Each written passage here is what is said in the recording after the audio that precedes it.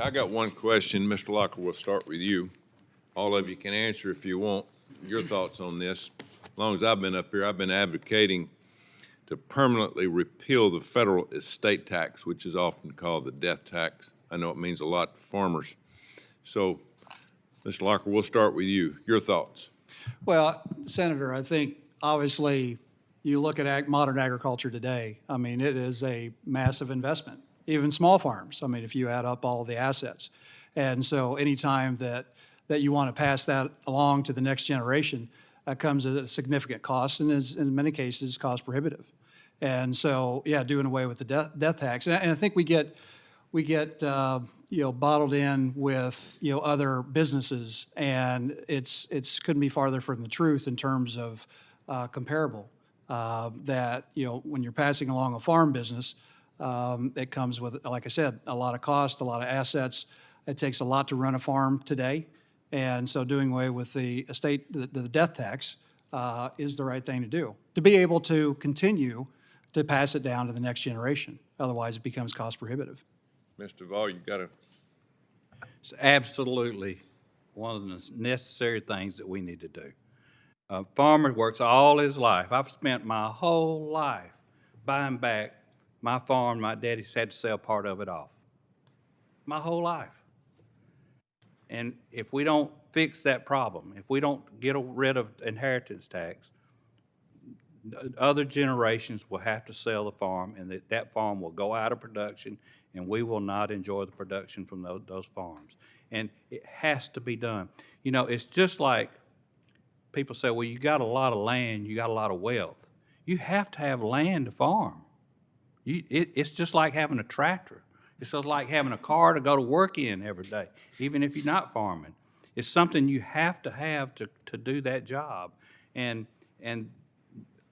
But show me a farmer that has a retirement plan. It's tied up in his land. It's tied up in his land. And when he retires, he's either got to sell his land or sell it to his children. And then if you pile inheritance tax on top of that, they have to sell part of the farm to be able to continue it. And it is one of the biggest devastating things that can happen to a family farm when you have a death and have to go through that difficult time. Mr. Alderson. I agree with you wholeheartedly. It's double taxation. It shouldn't be there. You've already paid the taxes once. Why are you going to just put somebody out of business or make them sell their business or their farm? It shouldn't be there. I agree with you. One other thing you might all think about, and this is not related to that, but somewhat. Years ago, and I'm not an accountant, not a CPA, I'm a farmer. We know a little bit of a lot of nothing, So some of the equipment I've been looking at, laser weeder, your AI stuff that's coming around, it's $1,400,000. I can't afford it. But what I'm wondering, years ago we had a rapid depreciation schedules where you could depreciate something real quickly and write it off quicker. Is that something that can be done? Maybe one of you professors know what it is now, but that would probably help some of the farmers out there to do some rapid depreciation on farm equipment. Mr. Wolf, your thoughts on estate tax?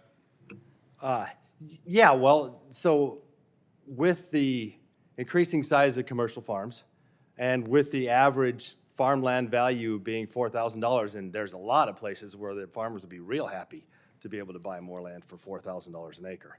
So that average is hiding a lot of much higher prices in some places. Certainly there's an increasing number of farms that are running up against the potential to lose some of the value in an estate tax.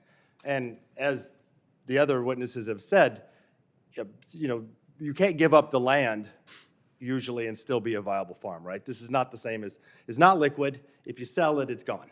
And so that highlights the need to do the farm business succession and estate planning. And if you don't do that, which is, it's pretty easy to forget that, and nobody likes to do, by the way, estate planning, right? It's not fun. We all need to do it, but that's kind of admitting that, you're going to have that at some point. So that's not fun to do. But certainly, it's different for farm businesses because they're small and medium-sized, family-owned, closely held businesses.